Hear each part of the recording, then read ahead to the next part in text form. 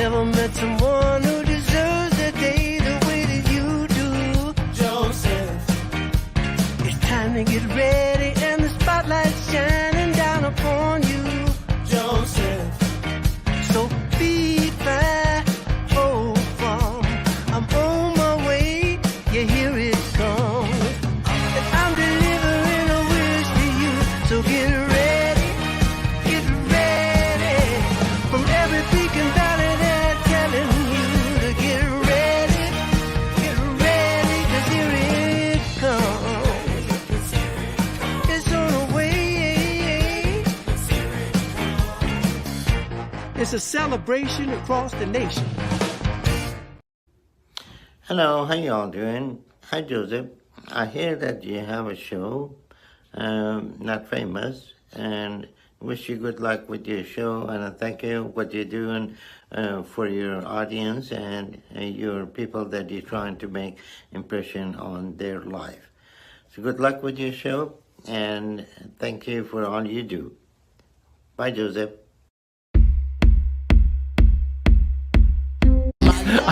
I just want you to know that I've practiced this word about 20 times to make sure that I did not mispronounce it. I have a question. Has anyone ever said with all due respect and then not followed up with a zinger? His side of the bed. If I come in and I'm on the other side, he will move it. Yeah, that's it. Which side do you like? With all due respect, you make a good point. Cheery Oreos! Toasted Oreos! Mute. He's muted. I love what he's saying. He doesn't need sounds. You're so small, squishing your head, Joseph. You can. Do it with me, Joe. With all due respect, you really do look handsome, Bruce. Cheery Oreos! Toasted Oreos! Look at you. You are insane. How did I do that? You're How did I do insane. that? You just made the intro reel. Yes, you did.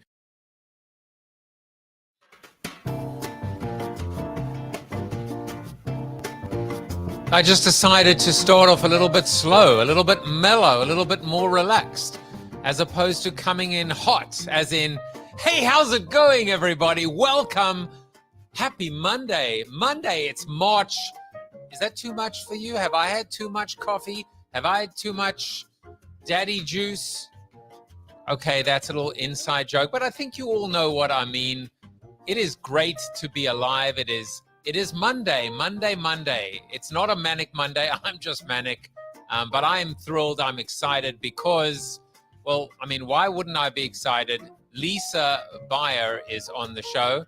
And, I mean, what a great last name. Better than being Lisa Seller. I mean, you know, she's a buyer. I'm buying. In fact, I just bought. We'll tell you more about what I just bought in a moment, but I'm thrilled to have her on, and I thank Mr. Gary Henderson for recommending her to me.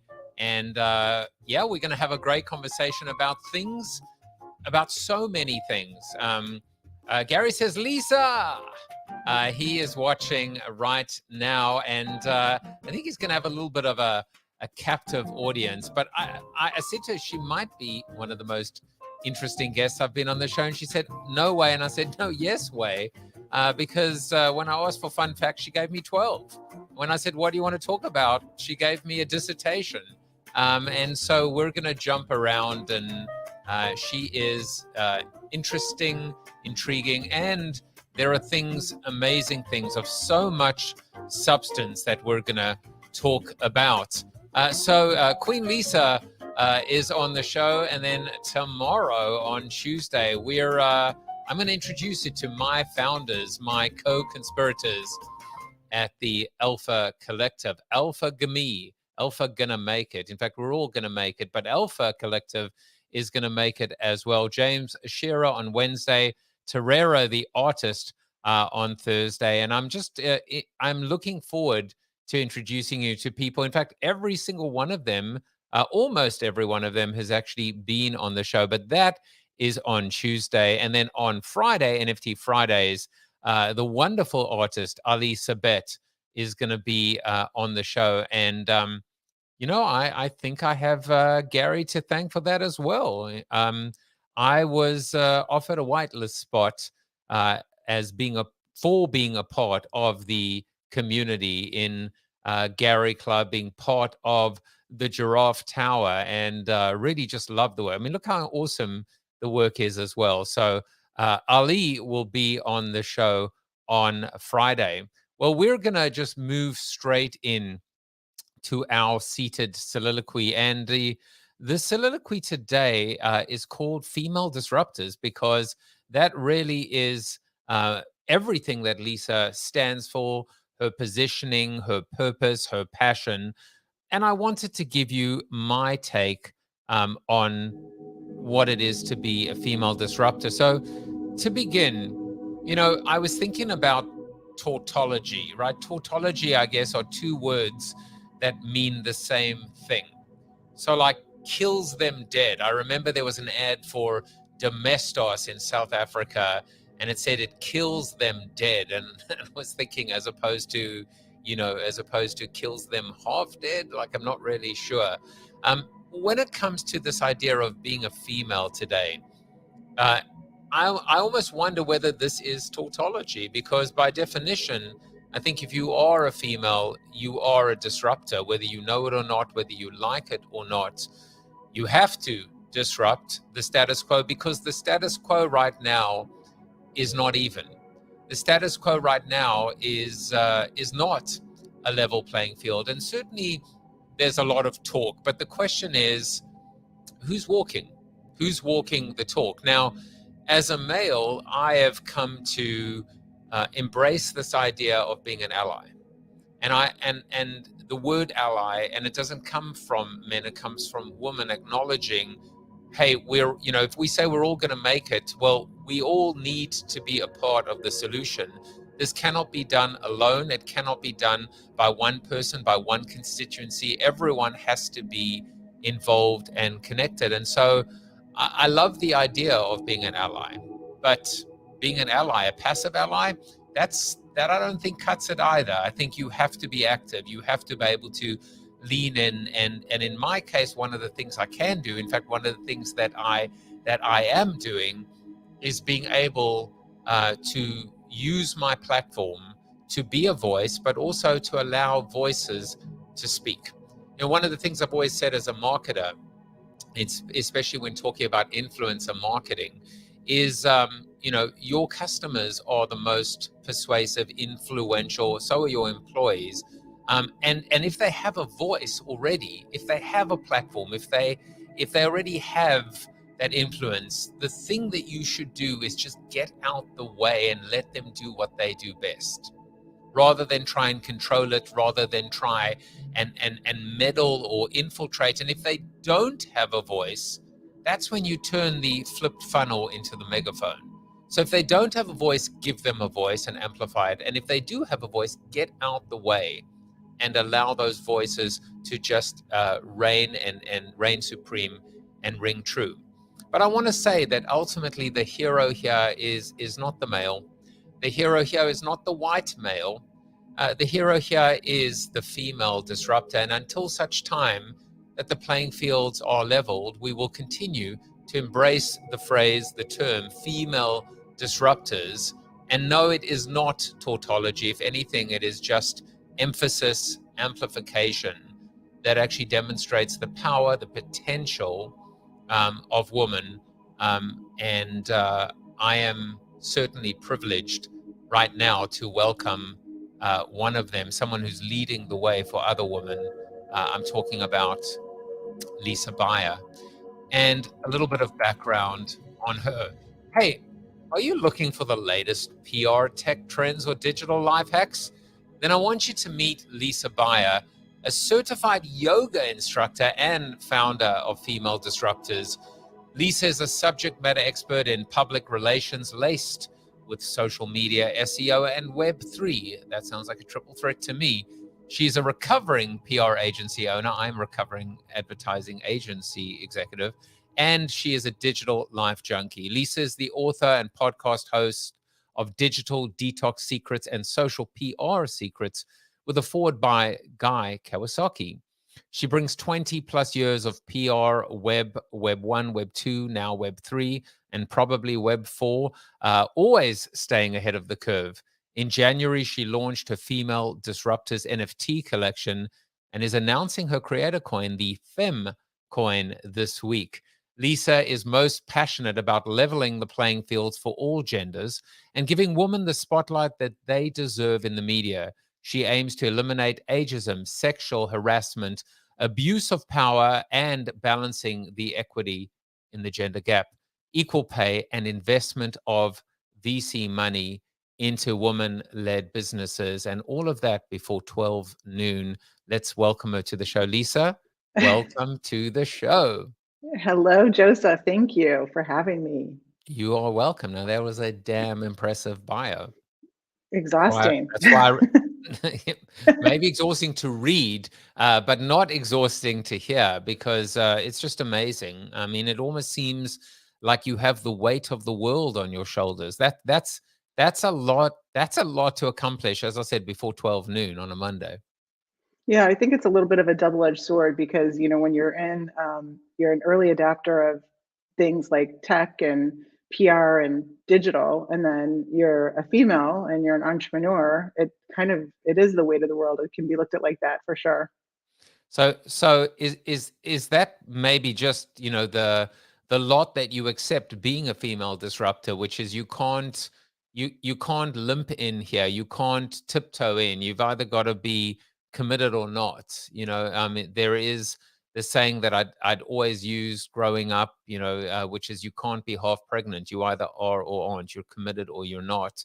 And and all of these issues, I guess, are related, interrelated, interconnected. One influences the other. So do it all or don't do it at all. Well, yeah, and I think just in general, being a disruptor, you have to not be afraid to raise your hand when everybody is saying one thing and you think differently. And, that's how radical change happens and that's how innovation happens. And, that's just kind of like I said earlier, like I was very related to Mitch Jackson's interview talking about, if you want to succeed, you have to be different and stand out. If you're going to do the same thing that everybody's doing, then you're really not going to, rise to the top or make that much of an impact or difference.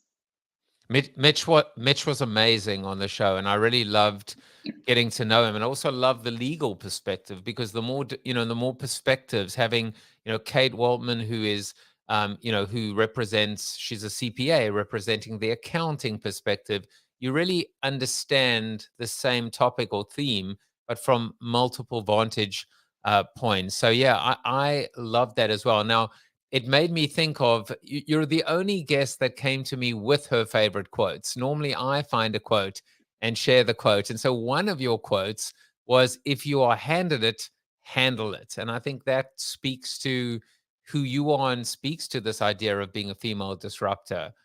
So what does that quote mean to you? I mean, it just means, especially if you're going to walk the walk and talk the talk of an entrepreneur and have your own business, you have to be able to, if you're handed something, handle it. That could be, when you're just starting out as an entrepreneur, you're kind of doing a little bit of everything just to make it.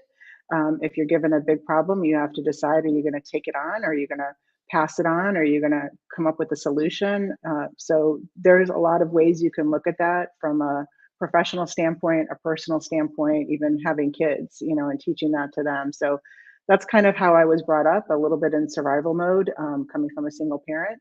And that's just, I think that helped me in my success, because you're kind of like, always wondering like what's going to go wrong next.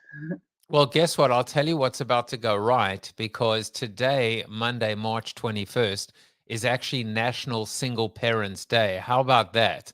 And wow, that's a coincidence. And that was not, well, there are no coincidences in life. I was brought up by a single parent as well. So it's a wonderful opportunity for us to pay tribute to single parents everywhere, and how incredible they are, and for what they do and how they do it. Definitely. I mean, I was a single parent for about a year or two. Fortunate enough to now, have my husband, and we have a blended family. But even for that like year or two, it's definitely hard. And even when you're not a single parent and you're in a blended family, now you're in a multi-parent situation. So, it's the road isn't easy, parenting in general. Well, Ryan Rose is here, and Ryan says one of my favorite Lisaisms. I'm sure that there are going to be many more Lisaisms coming up as well. Isn't it great when you see familiar faces and profiles and comments? That's why I love doing the show live or having that community connection, because it's just it. Even though this is as intimate, the two of us talking, we're 4 feet away virtually. I just love all the comments coming in. So keep them coming in, and Ryan will keep it coming, and she does handle it as well, no doubt at all. So now that we've moved through the National Day, it is time to do just a little bit of embarrassing you, just to kind of keep to relax you, the icebreakers as well. And don't worry, they're not bad at all. But the one thing that we learned about you is that it's much more fun for me to actually manufacture a very badly retouched one as opposed to the real photo. But you were one of the first people to teach live yoga sessions in virtual reality on Alt Space VR. I'm not even sure what that means, but tell us. It sounds exciting. Yeah, so one of the things that I do is I just like to try things personally before I put it out there to my clients as part of the strategy. So virtual reality and augmented reality has been rising slowly over the past, let's say 8 years, but over the past 2 years has become, with the pandemic, very popular. But, back before the pandemic, they had a call out on a Facebook group asking for yoga instructors that wanted to come and teach yoga in virtual reality. And so I raised my hand and I was selected, and it forced me into the platform of figuring out how to interact with your avatar and also teach, a class that's moving with everybody else's avatar. But it ended up being a really amazing experience because I had people coming to my classes from all over the world. I had somebody that was, that he was in a rehab in South Africa, and he was, recommended to take yoga as part of his rehab, and he would come every week.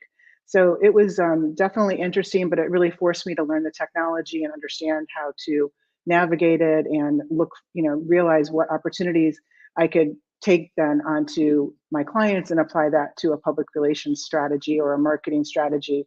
It was a little bit early in its time before, technology wasn't caught, technology had a little bit of catching up to do to make it affordable and accessible. But here we are today in Web3, and it's even more accessible and affordable. And, with Web3, where it's a very exciting time that augmented reality and virtual reality and all of these technologies can now come into play for all brands.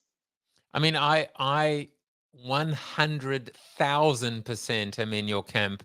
When I launched my company Crayon in 2005, 2006, we had coffee with Crayon in Second Life.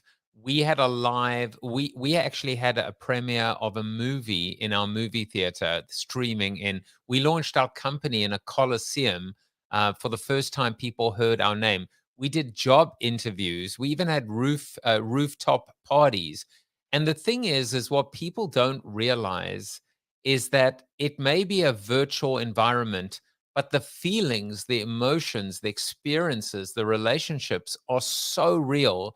They're even more real because of the transcendence, because of the distance that is almost shrunk, from people that are in South Africa in a rehab. And that's the magic. You have to actually see it or experience it to like understand it, right? Yes, totally. And it's hard to explain it to somebody that has not experienced it. So they might be like, oh, well, Zoom seems like it would be better because you can actually see the real person, but Zoom is really more like two-dimensional, and it's not the same as the experience that you do get in 3D in a virtual world, or going into, I was also, experimented on Facebook Spaces, which I loved. And I was so sad when Facebook took away Facebook Spaces because it was so much more creative than Facebook Horizon Worlds is right now, in my opinion, and easier to navigate. But if I didn't do Facebook Spaces, I probably wouldn't have been able to jump right into all of these other platforms, because it's just those, making sure you're staying up with technology. That was another thing that I really related to with Mitch. It's that you have to stay on top of it in order to be different, and in order to be innovative, and in order to do things more effectively, and creative, and use that creativity and the technology together. One of the things also that I related to with Mitch is that the legal industry is and was so antiquated. The PR industry, and if I go back to web 1.0 and before, like the PR industry, nothing changed in PR for 100 years. And I was so bored with it. I was almost ready to leave the industry. But then when I started experimenting and going to internet marketing conferences, back even before Google, I saw this like innovation possibility with how to take public relations and really take it to the next level. And then the same thing happened with Facebook, and when social media started becoming something accessible to businesses and brands, I was like, wow, now public relations can go into the the next level of innovation. And it just became more exciting, but it helped me differentiate myself from the competition. And especially like looking at like the legal industry is so antiquated, and real estate is now catching up. But it's just, technology can make things so much easier to market yourself if you stay on top of it. And I think you just have to experiment personally first, and then apply it to your business or your brand. Listen, I hate breaking out the air horn so early in the show, but I will do that for you, Lisa Buyer. Here, I'm going to do this for you. I don't know if you can read what this says. Can you see it? Hold on, let me. What does it say? I can't read. You might have to read it too. It says effing fabulous. Oh no, I don't know what the word effing means. This is you might let me get you to release. What is that word? Fucking fabulous. There you go. You see, I'm cheating. I'm cheating because here's what I do. When I want to say that, I just go like this. Fabulous. So Cool. I have the built-in sensor. It's very liberating. I'm actually teaching at NYU. I'm teaching strategic communications. I'm teaching PR, and I've had so many people on the show like Ginny Dietrich, and it's and also as a marketer, as an reformed advertising executive, I also witnessed PR's role in social media, and really with this intimate understanding of earned media. But one of the things, we'll get back to it in a moment, that you had said, which is you realize coming out of the Me Too movement that there was a huge imbalance in terms of getting male entrepreneurs media coverage versus female. So that's one of the places the antiquated PR industry has to begin. But now, if you think about what is it, I've just launched the Alpha Collective. Gary, our friend Gary, just slow burned his way to minting out an entire NFT collection. The PR rules are changing, and the PR and what is required now to be able to be successful in the Web3 space is, it's turned over maybe once, twice, 3 times in 3 months. So it's definitely fascinating to be in the business right now. It is, and that's why I think that there's never been a more opportunist time for women to come and take advantage of everything that Web3 has to offer. And what is a little bit scary is that if they don't, and it continues to be male dominated, like the tech industry has, and Web2 it has been, and not forget about the tech companies, still mostly it's a male dominated world when it comes to the C-suite. Web3 is an opportunity for women to really kind of level the playing fields with men. But it's everybody's got to put in their time and help. It's not just about women, and it's not just about men. It's really, everybody has their place, like you were saying earlier. Yeah, and we'll get to this idea of really recognizing that this is, when we say we're all going to make it, it is inclusive, and it is we are all. It's not some of us more than others. And yet the Matthews effect, the rich get richer, the poor get poorer, still prevails. But I actually wanted to go back to one more fun fact about you, because this one is just way, way too awesome to forget about. So your story is, your romantic husband, your fantastic husband, buys you some jewelry from David Yurman, and for Christmas. And what do? You actually return it in order to get a Boss Beauties NFT. And we actually have a photo of you actually when you returned it as well. And so there it is. Can you believe it? There you are, going to David Yurman and returning the jewelry in order to get a Boss Beauties NFT. Tell us about the story, because this may be the first time that I've ever heard of someone exchanging jewelry for an NFT. Well, you have to do what you have to do, right? No, so You I had do? told my husband, yeah, I had told my husband, or he asked me what, some of the things I'd like for Christmas, and I was kind of like half serious, saying I'd really like an NFT. And at the time, I was really kind of getting obsessed with World of Women NFTs, and I had just discovered Boss Beauties, and everything was happening so fast, and it just wasn't something that I felt like I could just go and like buy. And I just kind of shelved it. And then he never really, he didn't think I was serious. And then I got all this David Yurman jewelry for Christmas. And then after the first of the year, I was like, you know what? Like, what would I rather have? Like these physical assets, and this sounds crazy, or these digital assets that really are resonating with me right now. And I talked to him about it, and he was like, he supported me, and we went together to David Yurman. And then of course, the NFT that I bought, the Boss Beauty, that little halo is laced with David Yurman. You just can't see it. Oh, I actually didn't know that as well. So It's manifesting. It's manifested in her. no, I can see now that I look very closely, I can actually see it. But you've probably seen, I mean, I think the floor I checked today, I was like, hey, maybe I should buy one of them. I was like, no, I can't afford it.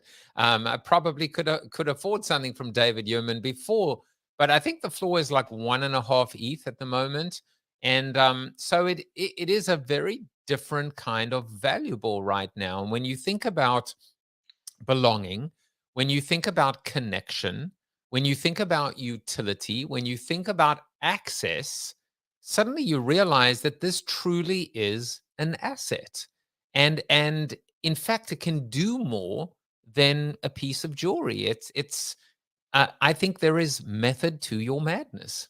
No, definitely. And I more to that story is I did invite Lisa Mayer, the founder of Boss Beauties. She was a speaker at the Female Disruptors Virtual Summit in January. And it was really interviewing her that made me even more obsessed in a good way about Boss Beauties, because their mission and their vision was so aligned with female disruptors and what I'm passionate about. And it really clicked on like why, all these people are, why would somebody, be spending hundreds of thousands of dollars on an ape? It just didn't make sense. But I started to, get it, that like it's really this community that you're being part of, family, and and whether it's a personal brand or even a brand, and that's where the whole public relations and marketing comes in, is that this is really the new normal. And the way that we were doing PR, and I'm not saying that traditional PR is out and that there's not a place for getting media coverage, but this whole the reason why I bought my NFT and my Boss Beauty is because I felt so aligned with that community. And I'm active with them and getting ideas from them. And the same with your community, and the same with Gary's community, for different reasons. We're aligned in our the way that we're thinking about marketing. Gary and I go back, and the same thing. We're all kind of recovering and rehabilitating from our history in the marketing and entrepreneurial world. It's so funny. I mean, and Lisa's referring to Gary Henderson, Gary who was on the show before. Gary, when you look at direct marketing, myself from an advertising standpoint, yourself from a PR standpoint, we really are reformed, but also we're reborn. And what I love about this, my book, Flip the Funnel. which is my third book, which I describe as the best book I'll ever write, which is a problem when you've written 5. I peaked too early. Is the why is it my best book? It's my best book because it's how to use existing customers to gain new ones. It's how to build your business from the inside out. It's retention is the new acquisition. That's the silver bullet of marketing. You can't get another one. There's no other more effective, or there's nothing closer to the truth than those insights. And so really what's happening right now is the new PR is the fact that every single one of the community is an owner. And when you are an owner, well, you act like an owner, which means you go to market, you go to battle, you go to war. You are an ambassador for the brand. You are the brand. And I just wish people could see that, because it is so much more powerful than, God bless her, Kim Kardashian charging $2 million for a tweet. It just is. No, totally. And what you're saying is 100% accurate.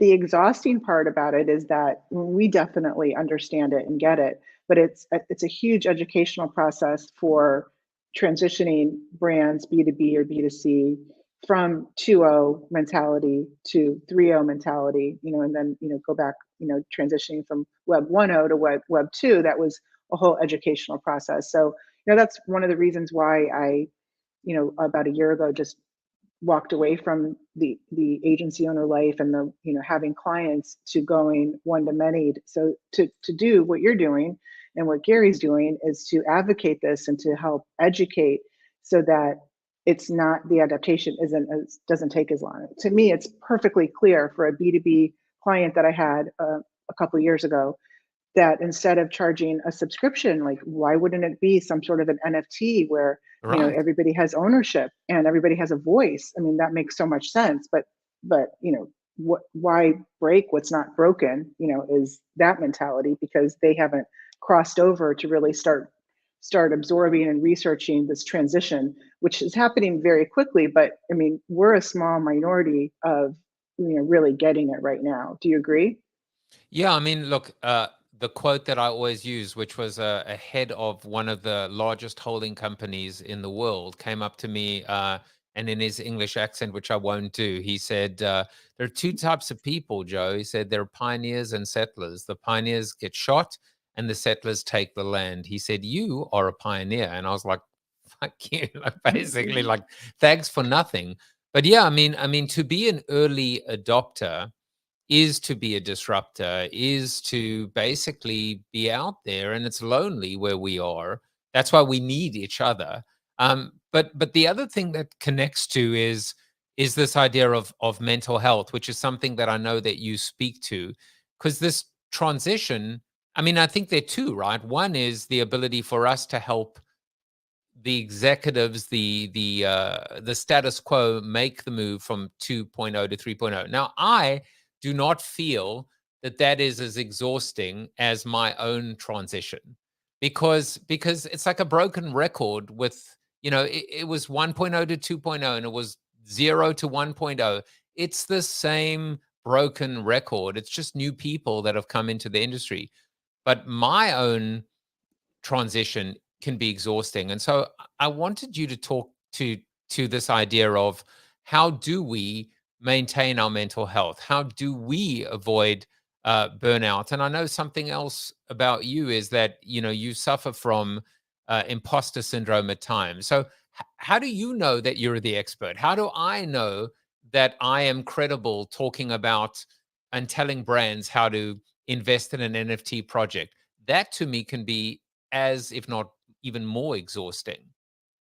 Yes, definitely. Well, part of the reason why I wrote the book, Digital Detox Secrets, and I'll just hold up, this is the cover to it, is it was really a little bit of why alcoholics go to AA. It's my own rehab. It's my own self-studied and research on how to stay ahead of it and not get taken down.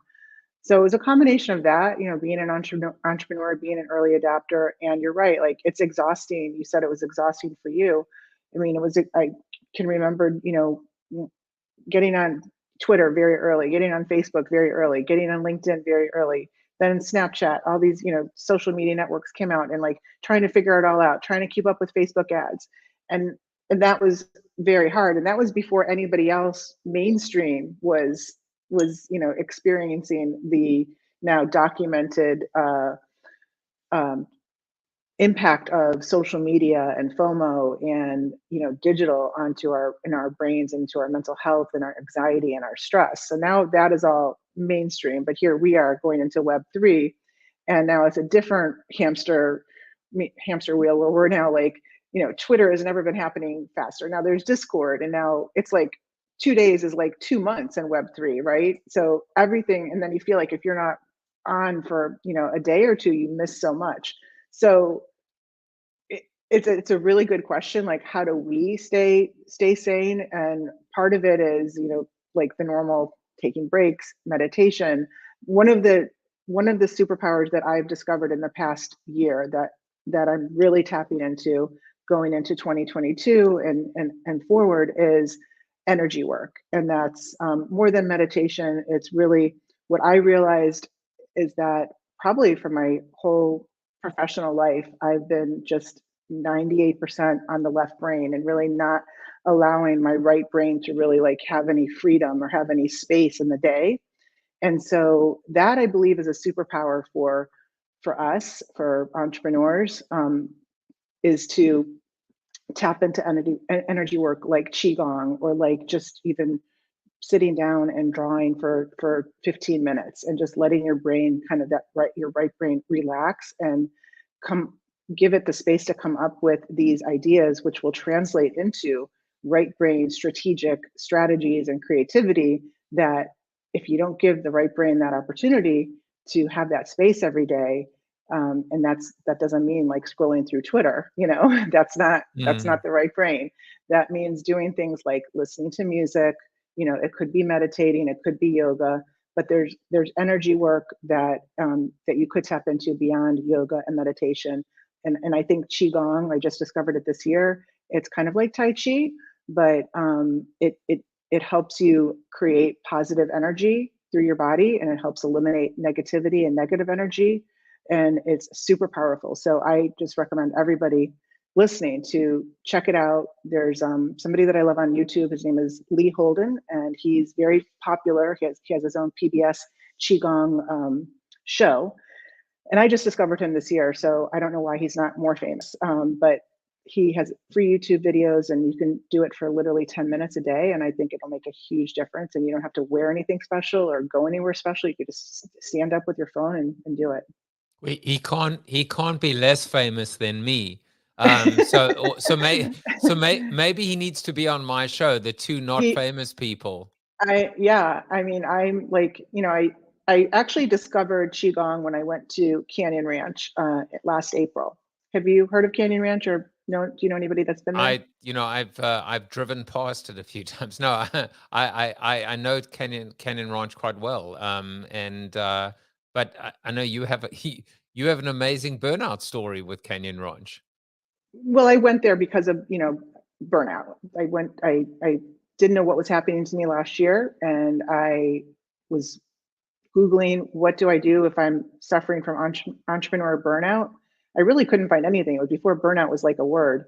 But anyway, I went to Canyon Ranch, and that's when I discovered qigong. I was assigned a one-on-one session with qigong instructor, and I was like, I don't even know what qigong is. It sounds very boring. I tried to cancel it, and they wouldn't let me. And it was like that ended up being the best thing that I did. But the funny story about Canyon Ranch is, have you seen the movie 9 Perfect Strangers? I haven't, but I know of it. Okay, so that came out after I went to Canyon Ranch. If I saw that movie before Canyon Ranch, I would have been like, what am I getting myself into? Because it's a little bit like similar to what Canyon Ranch is about, except it's really not. But it's funny. So I recommend everybody to watch 9 Perfect Strangers, but I highly recommend Canyon Ranch or something like that if you are suffering from burnout. If it's in your financial resources, go to it. If it's not, you can create your own Canyon Ranch with a 2 or 3 hiatus where you take yourself completely off the grid and do YouTube videos all day that have to do with meditation, yoga, and qigong. And I promise you, after 3 days of that, you'll feel better. I am going to invest in researching a little bit of qigong as well. The thing that I was thinking of is I live on the opposite side of the metaverse, of the bioverse, I should say, the Lisa bioverse, which is I think I over-index in right brain, and I need a little bit more left brain. So, what can I be helped? Am I beyond the pale in terms of how do I get my right brain to to embrace a little bit of left brain to find a bit more balance? Give me some examples of what you think you're doing too much of. Well, too too little focus, too many ideas. I live in. I mean, I'm the host of a show called Joseph Jaffe is Not Famous, and so I'm generally involved and all in on the creative side of the business, as opposed to the business side of creative.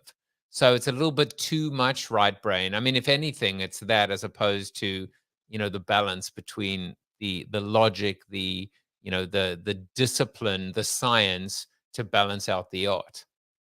One thing that I think would be super helpful for you that I just came across this year. So I don't know if you're familiar with bestself.co. They create journals, all different types of specialized journals, but journaling in a type of journal that is organized for what you're talking about. So productivity and applying some structure to your day that are already they're already giving you the buckets that you need to fill in. So I think that something like a journal. There's other brands that do it, but my friend Catherine is the founder, and they even have one that's dedicated. There's different buckets, but one that's dedicated to relationships. So you and your partner can have a relationship journal that you both share, and it gives you prompts. That's the word I was trying to say. So I think maybe what you need are prompts each day that say, Joseph, here's what you need to fill in today. I Here, feel like I need an intervention, but okay. So now, so now you have two guests to welcome on the show. Now, I will say that the only journal I have was one that I saw. I think it was an Instagram that you're only meant to actually fill it out when you're high. And since my heart surgery last year, I've been avoiding some of the some of the other stuff. So. I need I need to step away from my high journal and maybe go to this journal while I'm doing qigong and VR yoga. I mean, you've transformed me, Lisa. And and Nava Berg is here, who said hi, Lisa, and I love that. So you've got Nava Berg is watching too. So you've got I some have more. to give Nava a shout out because Nava was very instrumental in me developing the whole idea of female disruptors. And she was actually she was the very first person that I called when I got out of my yoga class, when I thought of the name female disruptors. And she said, Lisa, go right now and claim that domain. And I did it from my car while she was on the phone. So Nava, you get that credit. So She's my biggest fan. I don't even know where to begin to continue with you because you are so fascinating. I mean, you put out your own NFT collection called Female Disruptors. Tell us about what you're actually doing in the Web3 space. We'll talk about Female Disruptors, and then we'll talk about your coin. Sure. So does anybody really know exactly what they're doing in the Web3 space? That's the You see, question. you see now already I like you because you're honest. I've always said anyone that says they have all the answers is either lying or a fool or both. Joseph, I wrote this whole book. My whole roadmap is planned out for the next 5 years on Web3. No, no. Where can I buy it? Yeah, it's invisible. No, you had asked me earlier about imposter syndrome, and I'll tell you how this relates to this NFT collection. So I finally published this NFT collection this month, but I came up with the idea in November when I went to an NFT conference, and I had already had female disruptors going, and I went to the NFT conference, and ironically, my daughter, who's 19, Kennedy, we had been working on this painting project that was kind of just part of like something that we were doing together. It was based on female Buddha, and we were creating these female Buddhas, and I thought, wow, like we could take these paintings and turn them into the artwork for our NFT collection to tie it in with female disruptors. And it was just like something that literally started in August. There was no intention whatsoever to turn it into an NFT, and then we were already working on it. And then all of a sudden I started researching in December, like NFTs, and getting involved in interviewing all these speakers. And I just was like, wait a second, like, I don't think I'm qualified enough to launch this NFT collection. Like, who am I? And it put me at this almost like analysis paralysis standstill. And finally, I just, last week, I'm like, I'm just, or 2 weeks ago, maybe 3 weeks ago, I just started publishing them and sending them out to all my speakers. They had been promised since January, sending them out to my VIPs that signed up to get, that gets the NFT with their ticket. And, it's just like, you got to kind of just get over that hump. But the NFT collection is something right now that is, it's inspired by the theme female Buddha. And there's going to be other pieces of art that will come out. We have one NFT that is, if you buy the one original, you get the original actual physical one sent to you. So my daughter's name is Kennedy, and we're creating new pieces of art for future NFTs. And that's right now, if you buy the ones that are listed on OpenSea for I think it was, they come like equivalent to like $200 and something, that automatically gets you a ticket into the event that's happening on March 23rd. I love it, and there's Kathy Hackle as well, someone else that I need on the show. So to me, you are the supreme connector, because I like 6 Degrees of Lisa Beyer. Yeah. In fact, I don't need to book anyone anymore. Will you be my booker? Yeah. No, I mean, these are amazing women, and speaking of, well, not amazing woman, but Ryan says we all do. Let's talk about your coin, because this is a momentous occasion. You have a coin that launches imminently. Yeah. So it's soft launched last week because I had to publish it in order to get it all set up. So it's officially launching on Wednesday on the event, March 23rd. And anybody that buys one of the Fem VIP tickets to the event will automatically get some of the Fem coins. I'm not going to lie. I mean, I'm nervous about it. I've never done anything like this. So I'm going to lean on you and Gary and my friends that have had 1 year of experience in launching these coins. But I believe in it. I see what, Boss Beauties is doing, and some of these other projects in Web3, where it's, helping, really bring together your community and perks. And I just love the idea of, invest. Okay, sorry, use the word investing. What would be the word to use when you're not supposed to say investing, Joseph? You say not investing. Well, Okay. I tell you what you are doing. What people are doing is they are perhaps, let's say, investing their time and their headspace into an ecosystem, into a community, into an economy. Ultimately, what's important is to recognize is Fem represents a shared ownership of an expanding economy and ecosystem where everybody benefits and everybody is responsible for creating and distributing and sharing the value. So I know that word has been, we say not financial advice and do your own damn research, etc. But I mean, the word invest is a challenging word. But I think the point is that ultimately, when we move beyond looking at a coin and looking at a price, what we really are talking about is connection and value and shared ownership. And anyone that invests their time into that, I would say that that's a pretty smart way to choose and allocate your most scarcest resource, which is your headspace, which is your heart, which is your Definitely. soul.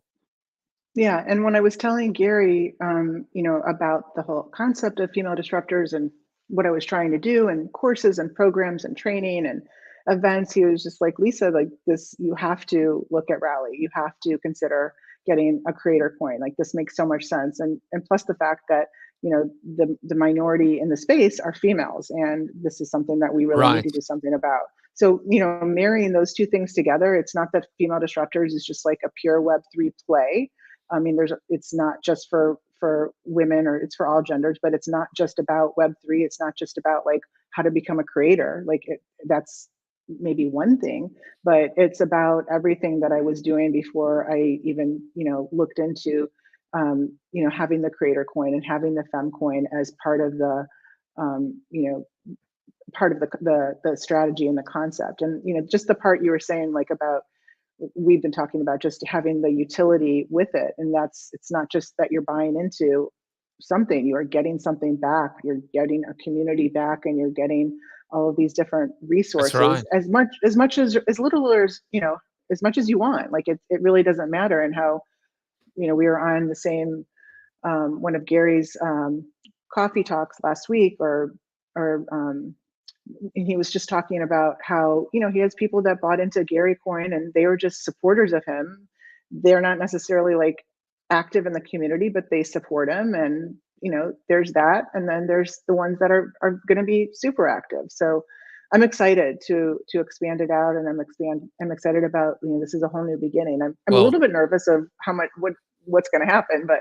Well, you know what? You have a couple of allies in myself and other people that are willing you to succeed. I want to, you know, just mention that I just before the show began, I bought $250, which is the maximum that I could buy. Oh my God, no way! Otherwise, I would have bought more. Yeah, so I am now an owner of the FemCoin, and I have one more thing as well. Normally, what I do is I give away Jaffe coin with every in every one of my episodes, and it's for people that are watching live. So there is the QR code for today's episode, but there is a twist. Today, in order to get Jaffe coin, you need to hold FemCoin. So I'm doing a little bit of an experiment. So as long as you own one FemCoin, you will be able to earn Jaffe coin, and I'm going to keep this QR code live for about a week. So about a week after the show is airing, you can get Jaffe coin as my way of thanking you for watching the show and meeting Lisa. But you do need to own at least one FemCoin as well. So a little bit of fun and a little bit of an experiment to share the love and share the ownership. So there you go. Thank you so much. That is so nice. And, you know, this is an example, excuse me, of imposter syndrome. I'm like, am I like worthy of this? Am I like really experienced enough to do this? And a quick story of my daughter, who's 19, Kennedy, she started teaching gymnastics to little 5 and 7 and 8-year-olds. And she's been taking gymnastics since she was 2. And she's also a stylist as an internship. And she said to me the other night, she said, you know, like, Mom, I really don't feel like I'm qualified to teach these little girls gymnastics. Like, who am I to do this? And I said, Kennedy, do you know that there's a term for that? It's called imposter syndrome. And you are definitely qualified. It's just, you know, and I explained to her what it was, and she said she's never heard that term. So it's an example that imposter syndrome can start that young, even younger. And it's something that, like, I think we all experience. We just don't know there's a term for it, and we second guess ourselves when really we're good enough. We've got this. Everybody else thinks we're good enough. And usually, like, when we do these types of things, like, I don't know if you feel like this when you're a guest on different podcasts or shows, like, before it, you're like, what am I doing this? Then afterwards, you're like, oh my God, that was great. You know, the interesting thing is, and I heard this on a podcast, and I love this idea, which is the only people that don't have imposter syndrome are imposters, because they're imposters. So that's one way to know if you actually are real and authentic. So think about it. It's like you need to get your mind around that. But the only people that don't suffer from imposter syndrome are, in fact, imposters. And I want you to say something else to Kennedy, which is, look, you came armed with quotes. So it was very hard. You totally hijacked my show. It's fine. I'll you know I'll get over it. I'll get over it. But let me find one of your quotes, which I absolutely love. This one really actually connects with me. I can take no for an answer. I just can't take no answer. I mean, I try and say all the time to potential prospective clients, I'd rather you give me a quick no than a slow yes. Just don't disappear into what I call the black hole of marketing. Don't ghost me. Just be honest with me. But this is the quote that I want you to share with Kennedy today, and it's the one that I found for you. The quote is, "You're never too small to make a difference." And this was Greta Thunberg. So, That's awesome. I mean, imposter. Who is an imposter? We're all imposters, and none of us are imposters if ultimately we just believe in ourselves. And what grounds us, I guess, and what differentiates the real from the fake is just a bit of humility. If you are anchored and if you have a strong foundation, family, community, ultimately that's what keeps us humble and convinces us, that little voice, that voice shouldn't be convincing us that we're not good enough. That voice just needs to remind us that we're not this shit, basically, that we're not that we don't get too big for our boots. Totally. I don't know if Ryan is still here watching, but she's actually the one that taught me that quote, that I can take no for an answer, but I can't take no answer. Yeah. And it hits home so much. She's we were business partners, and she's still a very good friend of mine, dear friend of mine. And, I can remember going into meetings with her. And, there's Ryan. And guess what? There's also a certain Kennedy Page here as well. Well, that's my daughter. Yeah. I'm sure no relation. Kennedy, I apologize for swearing earlier. But yeah, so this portion of the show was dedicated to Kennedy. I cannot believe we're almost at the top of the hour, and there's still so much that we have to cover. But I want to, as I said, I'm a proud owner of FemCoin, and I will continue to support everything you do, Lisa. I need to make sure that all of these things are communicated. We didn't even get to discuss, the wage gap, and this is just insane and crazy. And that's why, as I said, until such time that we don't need this graph anymore, what we do need are more female disruptors. But I want to make sure that we have an opportunity just to share some of the amazing things that you're doing right now. Obviously, please go and support the coin. Buy digital detox secrets, buy social PR secrets. There's more as well. I mean, you have this incredible. Let me just find it for a second. I told you I have just so many things to share. You've got this. Tell us about this event, How to Transform and Disrupt in 2022, the event, which is like coming up in a few days. Yeah, so this event is key, especially tying in the FemCoin. So anybody that attends the event, it's $229, and that includes, so Charlene Lee, I'm sure you're familiar with Charlene Lee. She is a New York best-selling author. She wrote the book called The Disruption Leadership. So she's very famous in Silicon Valley for helping, C-suites disrupt. Rachel Weber is the chief brand officer with Playboy. She's going to talk about how Playboy uses NFTs to kind of turn their brand around. And then, Ida, she is a fashion designer. She's also a Jaffe holder. She's going to be talking about how she went from finance to fashion. Dr. Frumi is going to be talking about how to use your network and entrepreneurship. And she has a school for entrepreneurs. And Dana Todd is going to be talking about fashion and technology. So it's going to be on Wednesday from 12 to 5. If you're not there live, you can watch the replays.